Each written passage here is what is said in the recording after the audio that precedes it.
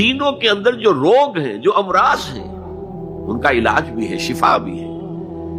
شفاء لما فی الصدور.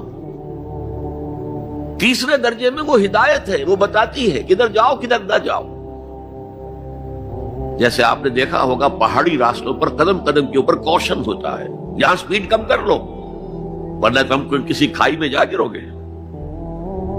تو یہ ہدایت کیا ہے؟ دیکھو ادھر مت جانا، ادھر جاؤ. اگر ادھر جاؤ گے تمہارا سارا معاملہ تل پٹ ہو جائے گا. یہ ہے ہدایت. اور جو چیز دنیا میں ہدایت ہے وہ آخرت میں رحمت ہے. ہدی و رحمت للمؤمنین. اب میں چاہتا ہوں ان چار الفاظ میں جو ربط ہے اسے سمجھیں. دیکھیے اگر کسی ایسی زمین پر بارش برسے جو اوپر سے بہت سخت ہے تو پانی بہہ جائے گا، زمین میں جذب نہیں ہوگا تو کوئی روئیدگی پیدا نہیں ہوگی. اگر دل سخت ہے تو قرآن مجید ان پر کوئی اثر نہیں کرے گا. اس کے لیے سب سے پہلے موعظہ کی ضرورت ہے، واعظ کی ضرورت ہے، نصیحت کی ضرورت ہے تاکہ دل نرم پڑ جائے. انسانی دل جب سخت ہوتے ہیں تو ان کی سختی چٹانوں سے زیادہ ہوتی ہے. سورہ بقرہ میں فرمایا ثم قست قلوبکم فہی کالحجارۃ او اشد قسوہ. یہودیوں سے خطاب ہے ثم قست قلوبکم من بعد ذلک فہی کالحجارۃ او اشد قسوہ. اے بنی اسرائیل، تمہارے اس طرز عمل کے نتیجے میں تمہارے دل سخت ہو گئے اور اب وہ پتھروں سے زیادہ سخت ہے.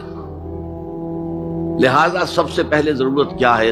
دل کی زمین کو نرم کیا جائے، اس میں حل چلایا جائے. یہ کام ہے موعظہ کا، واعظ کا، نصیحت کا. ہمارے معاشرے میں کسی زمانے میں واعظ کا بڑا رواج تھا. آج کل یہ چیز ختم ہو گئی، بلکہ واعظ کو گھٹیا بات سمجھا جاتا ہے. بھائی کوئی عقلی بات کرو، کوئی علمی بات کرو، تم تو واعظ کہہ رہے ہو. گویا کہ واعظ گھٹیا چیز ہے. نہیں، واعظ سے دل میں رقت پیدا ہوتی ہے، نرمی پیدا ہوتی ہے. تو قرآن مجید ہی سب سے بڑا موعظہ ہے. ہم نے بدقسمتی سے کیا کیا، جب واعظ کہے جاتے تھے تب بھی مثنوی مولانا روم سے، ضعیف احادیث سے، واعظ دستاں زنو افسانہ بند. واعظ بڑے اونچے اونچے ہاتھ چلا کر اور افسانہ جو ہے بیان کر رہا ہے، لیکن اس کا حال کیا ہے؟ از خطیب و دیلمی گفتار اوست، بعض ضعیف و شاذ و مرسل کار اوست.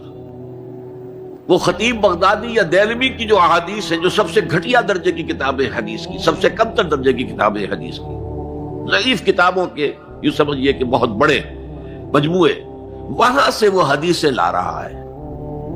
از ضعیف و شاذ و مرسل کار اوست، ضعیف حدیث، شاذ حدیث، مرسل حدیث سے وہ بیان کر رہا ہے. قرآن سے اس کا کوئی تعلق. قرآن مجید سب سے بڑا واعظ ہے. یا ایھا الناس قد جاءتکم موعظۃ. یہ دل کو جب نرم کرتا ہے تو پھر اس میں جذب ہوتا ہے. یہ سیکنڈ سٹیپ ہے اس کا. اور جب دل میں جذب ہوگا تو دل کے اندر کی بیماریوں کو دور کر دے گا. دل کے اندر کی بیماریاں کون سی ہیں؟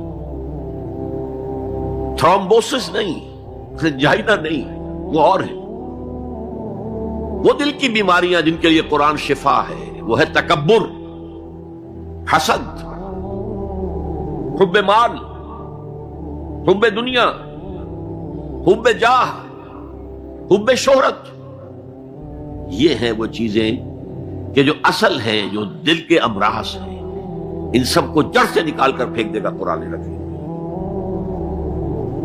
یا ایھا الناس قد جاءتکم موعظۃ من ربکم وشفاء لما فی الصدور. وہ ہدن اور وہ ہدایت ہے. انفرادی زندگی کے لیے بھی ہدایت ہے، اجتماعی زندگی کے لیے بھی ہدایت ہے. کبھی اگر سورہ فاتحہ پر آپ غور کریں جو ہماری نماز کا جزو لازم ہے، تو ہم پہلے کہتے ہیں الحمدللہ رب العالمین الرحمن الرحیم مالک یوم الدین ایاک نعبد و ایاک نستعین.